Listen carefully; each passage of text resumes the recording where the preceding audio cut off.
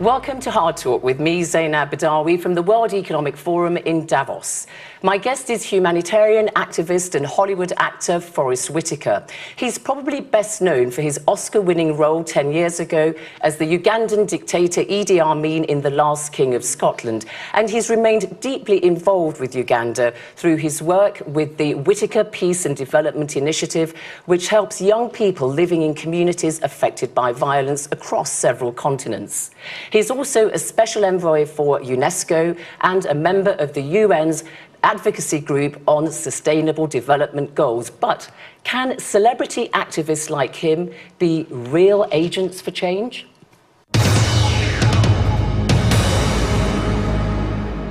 Forest Whitaker, welcome to Hard Talk. It's great to be here with you.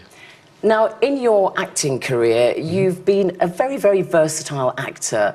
Mainstream popular films like Rogue One, the Star Wars story, and also The Great Debaters back in 2007 about black students striving for equality. Do you like to act in any genre of films? I'm trying to continue to grow as a person. So each character is an opportunity for me to understand a different part of myself, a different part of humanity. And so what happens is that I don't necessarily repeat the same roles because I'm continuing to search to understand and deepen who I am as a person and an artist. Do you believe that film can really create a dialogue and help bring about change? Because you're a very committed social activist, and for instance, you've been in rather gritty roles. You played a gay character in Pret-a-Porter, and also in two of your films as director, which are Waiting to Exhale and Hope Floats. You dealt with issues such as divorce, abandonment, adultery, that kind of thing. I mean, I think that we hope the film can lend a lens or a mirror to our inner thoughts and our inner understandings. I think that I've done a number of films. I have a production company, and we do produce films. A lot of those films are with first-time filmmakers, unique individual voices. We did one a few years ago called Fruitvale Station with Ryan Coogler that Nina Yang did with me. And that film was dealing with Oscar Grant and his being murdered in the BART station in San Francisco. Whereas I've done comedies where I've introduced, like Linda Mendoza, she did something called Chasing Poppy. And that was her first film, but just supporting these new voices and supporting her as a filmmaker and as a female filmmaker. But do you think that your films can kind of act as a catalyst to generate debate and perhaps to, bring about change in mindsets? Certainly, I think that as the film I was talking about was put out during the at the conclusion of the trials of that were going on with Trayvon Martin. I think the films that we did before, we did a film on Vietnamese refugees that created a new dialogue with a director named Tim Bui about what had happened when they were here in the United States during that time. I think a lot of the films that, like even The Butler as an artist, as an actor. Let you delve into the dialogue of race and understanding and the movement or the growth of the entire country. I think it was just a dialogue about what had happened during the country's time and what it was reaching for, the sort of sense of life, liberty, and pursuit of happiness. You won numerous accolades, awards, including Oscar for Best Actor for your portrayal as Idi Amin, the Ugandan dictator in The Last King of Scotland. Is that a film you're proud of?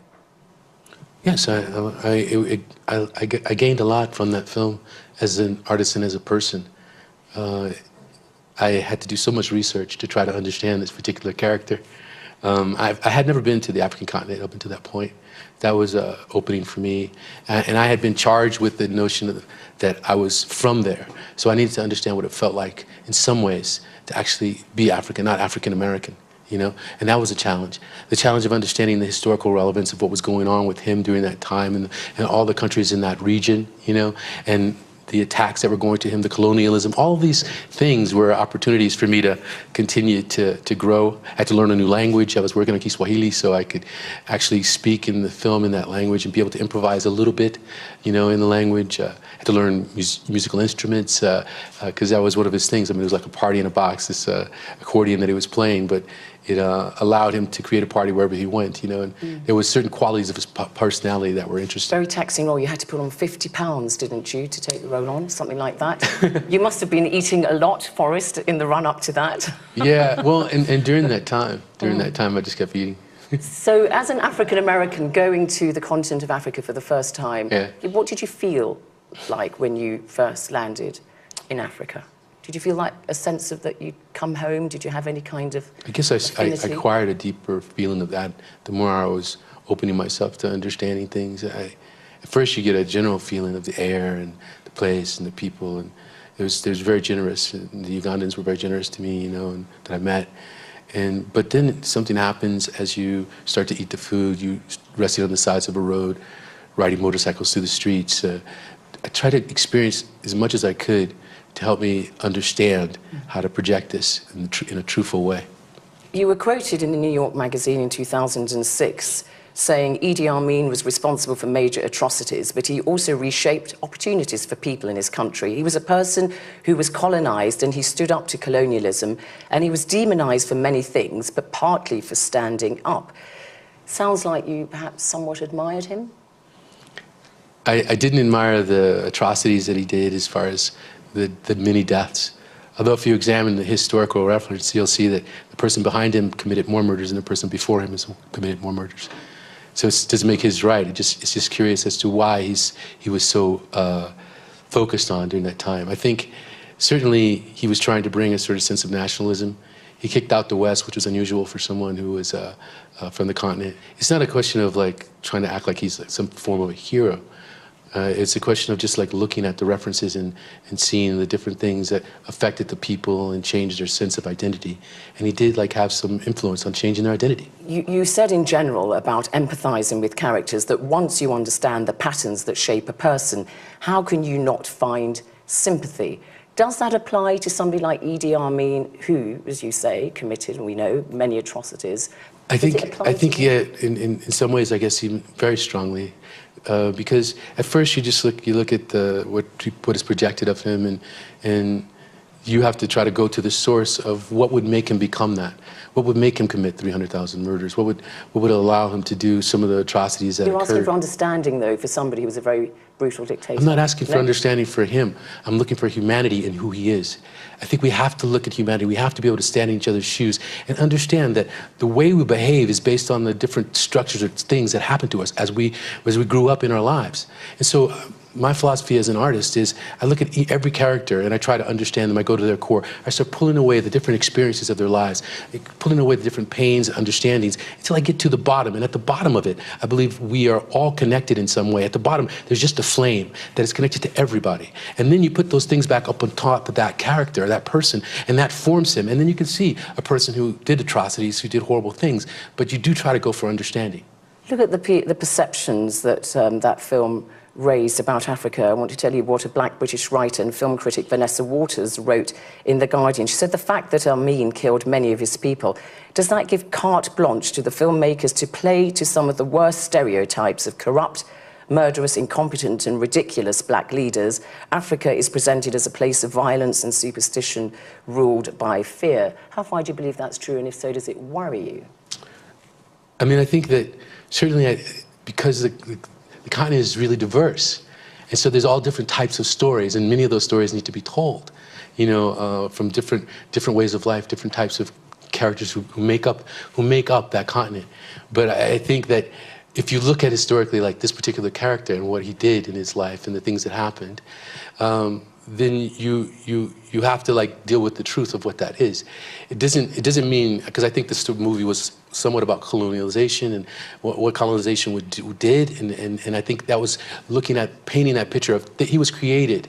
He was a soldier who was famous for fighting with the Mau Maus, and they took him. He wasn't choosing to be a president. They took him and said, here's this opportunity here. We'd like you to become president. We will use you as a puppet to deal with our means. But unfortunately for them, he chose not to take that path. It doesn't play into the negative stereotypes of Africa, which is the point that Vanessa Waters is making. Do you accept there's a kernel of truth in that? I can say that it Does it play into that?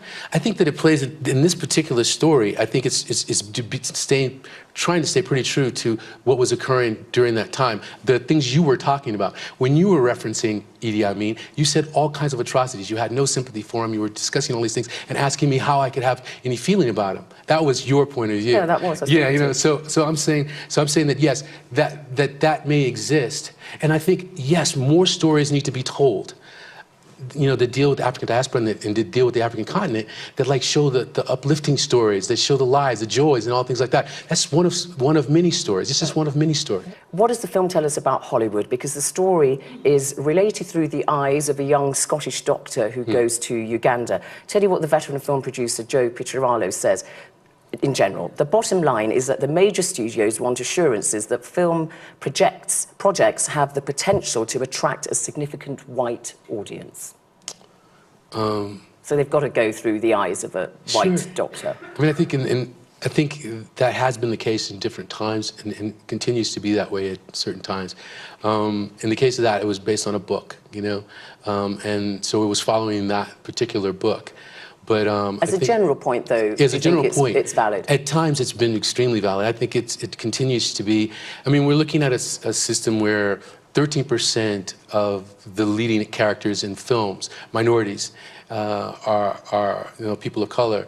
But in reality, there's 40% of our population is that. So there's a disparity. And so there's this question of economy. There's a question of why you make what film you make. And sometimes I think the studios themselves have made this assumption that in order to make a film be successful, in order to make the monies that they need to make, that it needed to have a white protagonist or Yeah, I mean, I would put you some figures. In 90 years of the history of the Academy Awards, under 15 men and women of colour have received Oscars for Best Actors. And as you know, in 2015, 2016, there were no nominations for black or you know, non-white actors, and that made directors like Spike Lee and other people boycott the Oscars.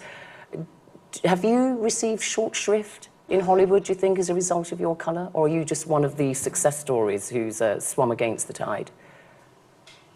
I think in the first part of your statement, I think certainly there are disparities that have happened, you know, with artists who have not been recognized for their work at times, you know, and I think it's still being worked on. It's even being worked on by the Academy to make it more inclusive, to make more people of color, different people from different cultural backgrounds, of different languages come together. For myself, it's difficult because I had a particular reason why I was becoming an artist. At the time when I was becoming an artist, I was using it as a window for me to be able to understand humanity in some way. So even if I had roles, it might not make me satisfied. I might be doing something that everyone would laud and say was great, but maybe it didn't create a great individual journey for me. Now, I've had the opportunity to have really, really interesting journeys and different characters and stuff. Perhaps it's atypical at times, and becoming more typical. You know what I mean? But I want to ask you about that because one role that you did take was you played a cop, a policeman in the TV series The Shield, and you grew up, you were born in Texas, but you moved to LA when you were 4 years of age, and you lived in a fairly segregated neighborhood, and you talked about how you saw acts of police brutality, even against members of your own family and friends and so on and so forth. So then how did you feel about acting the role of a policeman? Again, I think each time it's an opportunity to try to like understand more about that situation, understand more about myself, understand more about people. So if I'm playing a police officer, I get the opportunity to walk in their shoes to try to understand their purview and understand that particular person individually. It's not, I can't say it's difficult to play a police officer. Maybe I have certain reactions to police officers personally, you know, because of experiences that I've had. Maybe it may put a charge inside of me at times because of things I've seen or because of the way I was brought up. You know, that's still things that I'm working on as a human being. But playing the character was another opportunity to try to understand humanity. And for me, that is the goal. That's the goal. But I mean, we've seen obviously the Black Lives Matter campaign and even big stars like you For instance, I'm thinking of the case when in 2013 you walked into a New York deli and you were wrongly accused of shoplifting and you were stop and searched frisked. so on. Yeah, you were stopped and frisked. Yeah. I mean, what does that tell us about race in America today? I mean, certainly, I mean, we're looking at all of the, talking about Black Lives Matter, talking about what sort of came out of as a statements, you know, against what was happening and occurring inside of many different communities where people of color were being harmed or hurt by state officials or police. You know what I mean? And profiling that goes on with them in the stop and frisk movement and stuff. It makes a statement about, you know, the nation and how far we still need to go. I mean, certainly, I think a young black teenager is like 20 times more likely to be killed than his white counterpart. So certainly we have things that we need to be working on, you know? You campaigned for Barack Obama in his presidential bid, and you said back in 2008, I can feel a tide of change in the country. Did it come? I think that there is still a tide of change. I mean, to try to act like we haven't had great progress is, you know, as a nation and as culturally is not true. I mean, we coming from a situation where originally we came to the nation as slaves. Now the head of our country, I mean, the country, the president was President Obama. It's a long journey. So to act as if we haven't moved anywhere is... But he himself said in his... It doesn't mean we don't have places to go. Sure. Like I think as Martin Luther King was saying, you know, that we're owed, it's a promissory note that's been given to us. That promissory note was for life, liberty, and happiness. We have not achieved that. So until we truly achieve that, then we haven't become the America that we say we want to be. We are not living up to our Constitution, our Declaration of Independence. We're not living in that. But he didn't do very well on race, did he? I mean, even in his final speech as president, Barack Obama said, after my election, there was talk of a post-racial America. Such a vision, however well-intended, was never realistic, for race remains a potent and often divisive force in our society. The fact that there was this first African-American president didn't really change things on the ground, did it? And in that sense, he failed. No, I don't think he failed in that respect. I think he moved forward a conversation, he moved forward an understanding. It changes the psyche of the nation and the psyche of, in some ways, the world. You know, like I say, we're working on making those things stronger. You know what I mean? But to act like he hasn't succeeded, and to act like that doesn't exist, and to act like there isn't some success is incorrect, because it's the truth. So Donald Trump, of course, in the White House, and 88% of African Americans who voted in the presidential election voted for Hillary Clinton. Only 8% of them voted for Donald Trump. Does that worry you then that he's not going to be a president for all Americans, in particular African Americans? I mean, that certainly remains to be seen. I'm hopeful, I mean, that he's going to be a president in the end who represents all the constituency, who represents the people of all cultures, races, of sexual preference, of, you know, immigrants. You optimistic about that? Optimistic? I can't be optimistic based on some of the statements that have been made. Which statements worry you in particular? Well, there's a lot of statements, okay. you know. You know what I mean? There are loads. Right. So there's concerns, but then we have to come to the table and try to find some common ground and hopefully push forward the agenda. It doesn't look good though, does it? I mean, he's taken a swipe at what he's called liberal Hollywood. We saw the attack he made on Meryl Streep after she criticised him at the Golden Globes Awards. So he doesn't like liberal Hollywood. That's going to include you, isn't it? I mean, it won't stop me from doing the work in the manner in which I've been doing it for years and continuing to try to strive forward. I don't, you know, I'm hopeful that we will be able to be a nation that's, you know, united. Right now, we've been in a nation that's polarized, and before that, we had a lot of questions. And there's not a lot of, I think there's a lot of people who are doubting that we're going to move forward, you know, but in a positive way. But we have to try to push it forward. And if it doesn't happen, then the people themselves have to stand up and speak. If it doesn't happen, if they're not being respected, not being treated well, their needs are not being met, then they have to stand up, whether that's in protests, movements, marches, however, to make their voices be heard. What is more important to you, your work as an actor or as a humanitarian activist? I mean, my work is, you know, humanitarian work is particularly important to me. I think at the kernel of it, I'm always trying and striving to understand humanity and make sure that I see myself in others. And if I see myself in someone else and they're struggling and suffering, then I'd like to take up that mantle to try to heal that.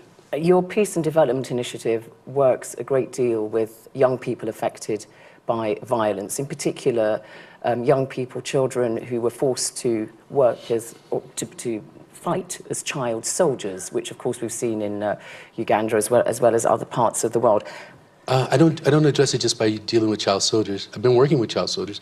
There's 250,000 child soldiers in the world. You know, I started working initially in Uganda with child soldiers.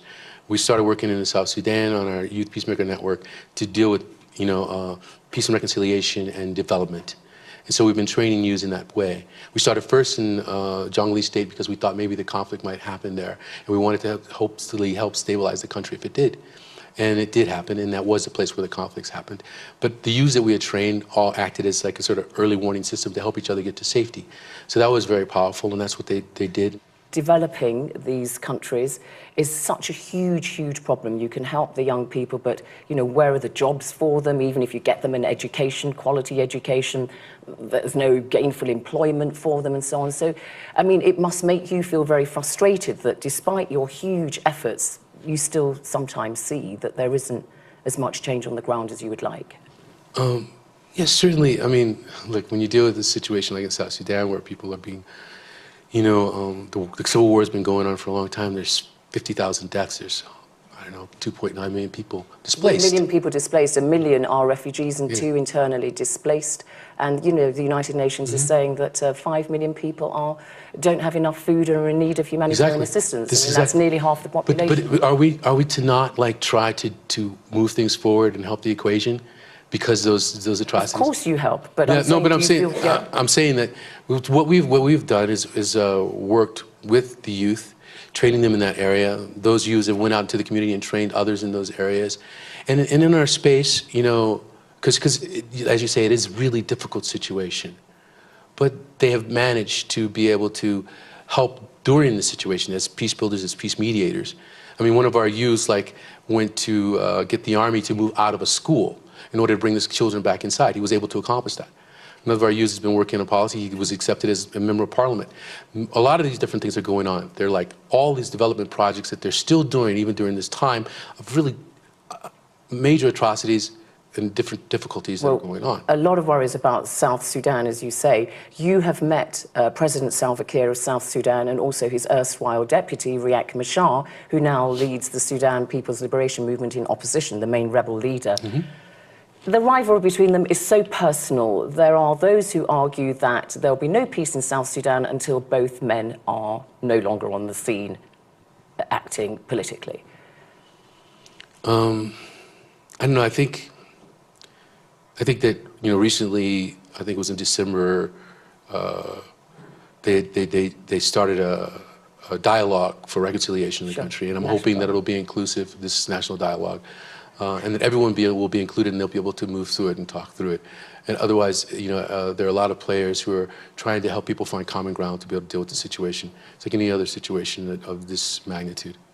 Can activists like you really be agents for change? I mean, I think that we all can be agents of change if we decide to stand up for certain things. Certainly, I've been working in this area. We have thousands of youths in the protection of civilian camp that we work with, 3,000, I believe, at the moment. You know, we are about to do into a refugee camp where we'll be working with about 10,000 people. So certainly we're dealing with the situation, building, you know, community learning centers across that state and stuff, in Eastern Equatoria State. So certain things are happening, and during this time of difficulty, during this time of really painful recognitions. Forest Whitaker, thank you very much indeed for coming on Hard Talk. Sure. Thank you.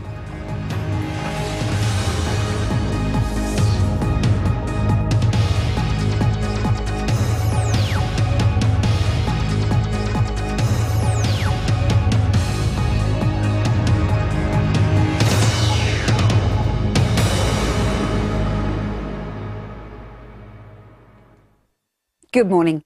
Wednesday brought with it a day of contrast. We had some beautiful sunshine out to the west, as depicted by this Weather Watcher's picture, Lucky You. But unfortunately for many across the southeast, saw some stubborn fog which lingered all day and made it feel cold. This was fog, good slice of sunshine behind, thicker cloud up into the northwest, and that's going to prevent temperatures from falling below freezing here, but elsewhere it is going to be another cold night. Bit more of a breeze, so not quite as much fog around, but in rural spots it could be a bitterly cold start to the day, with temperatures down as low as -5 degrees, and it could be a little foggy, particularly to higher ground, and there could be some ice on untreated surfaces, so that's certainly worth bearing in mind, and particularly through pavement. So there'll be a lot of cloud. Involved with Uganda through his work with the Whitaker Peace and Development Initiative, which helps young people living in communities affected by violence across several continents. He's also a special envoy for UNESCO and a member of the UN's advocacy group on sustainable development goals. But can celebrity activists like him be real agents for change?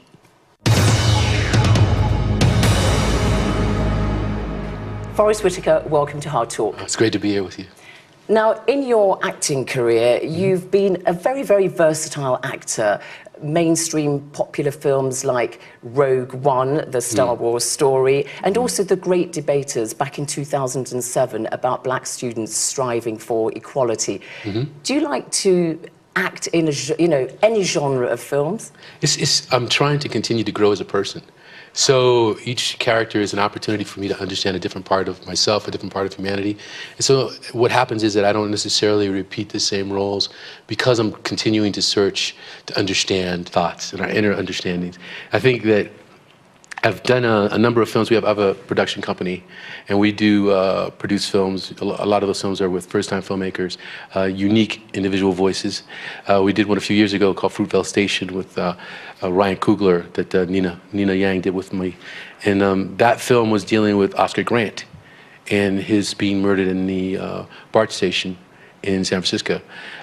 Whereas I've done comedies where I've introduced, like Linda Mendoza, she did something called Chasing Pop.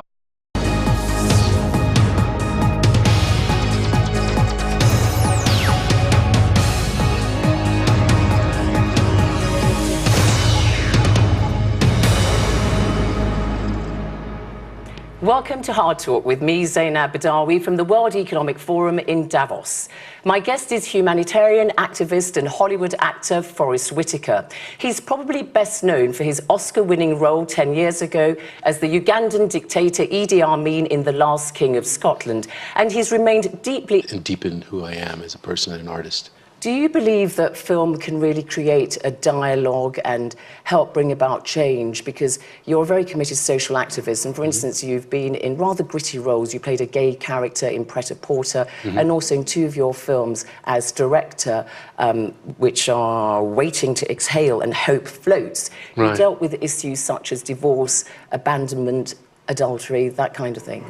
I mean, I think that we hope the film can, like, lend a lens or a mirror to our inner